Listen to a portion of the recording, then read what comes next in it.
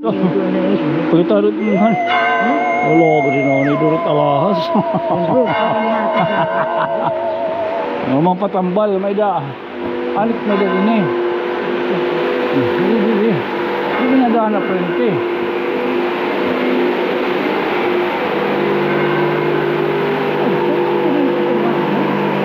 Oh, hindi na. Hindi na lang.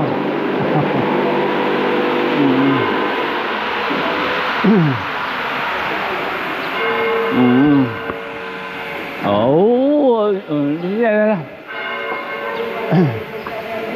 Sino pang napadit ani? Pada kon. Apa aw iton kuan ba maghihiling? Siya. Oh, iya, oh amo na. May dahiling mas. Oh, good morning. Oh, ay, good morning.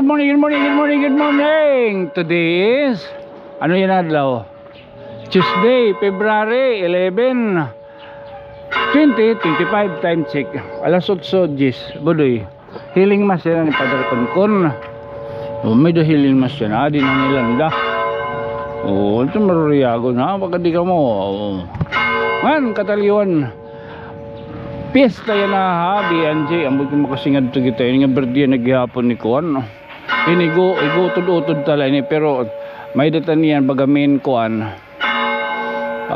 Piyestaan Kuan para Kuan ni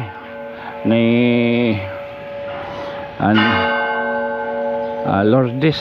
Oo, adto man niyan. Oo, ha? Oo, sige. Lutod-utod tala niya nga video. May tungod good man yun nga may ada good man yan na healing mass ni Father Konkon didiha Kuan simbahan dako.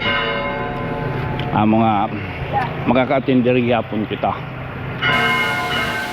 Kabugtuang udidakan Kristo, adi kita hinin adlaw na Martes. Nagsasambot kita ang pista ng mga nabirilang Lourdes.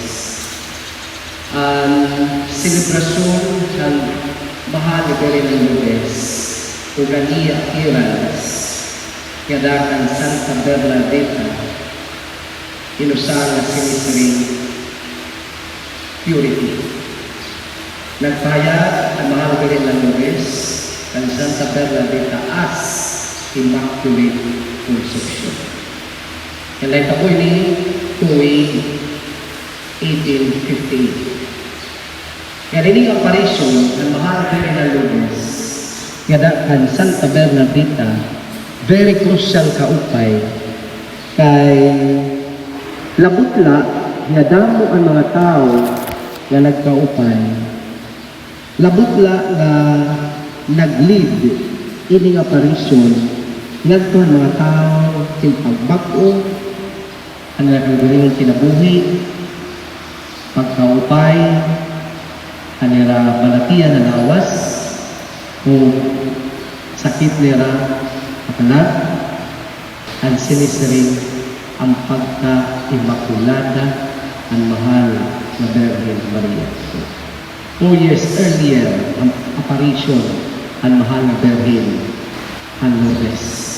Ang apparition, ang pagpakita ang mahal na Virgin ang Lourdes kan Santa Bernadetta gin-redirect ang Diyos ni Santa Bernadetta nga ang mga tao bumalik na po Diyos.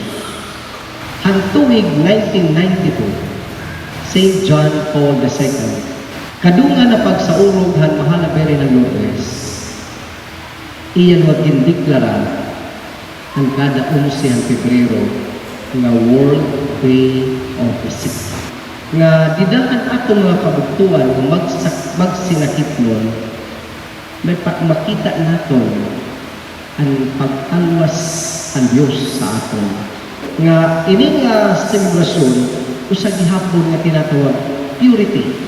May da mga kinahanglanon didaha aton matambal kita. Siyahan ang sinisig nga physical healing. Ikaduha ang sinisig nga psychological healing. And mostly matambal kita aton sinisig spiritual illness. Kaya nakikita na nagpapahayag ang tinuod na pagkamalinis. Purity is a gift from God. We cannot become pure in ourselves, nor in aton mere nga mga rituals o traditions. Ang makakalinis na aton, ang makakatambal na aton, ang Diyos. Sa likang pagpahayag, pag-appear ang mahal ng Lourdes ng Santa Bernadetta, she redirected Saint Bernadette nga ang tao bumalik na ng Diyos.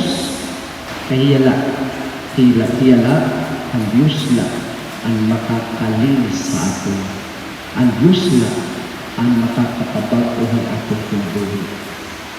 Ang Diyos na ang makakahatag ng pureness ang ating talaga. Salit, kabuktuan ng dinata ng Kristo, mapakyanan kita, bisan kita ng mga maglaksi. Ano itong kinahanglang pa natin sa atong kinabuhi na magmalinis kita, magmalingki kita, o matambal kita? Would it be physical, psychological, emotional, or spiritual healing? Amen.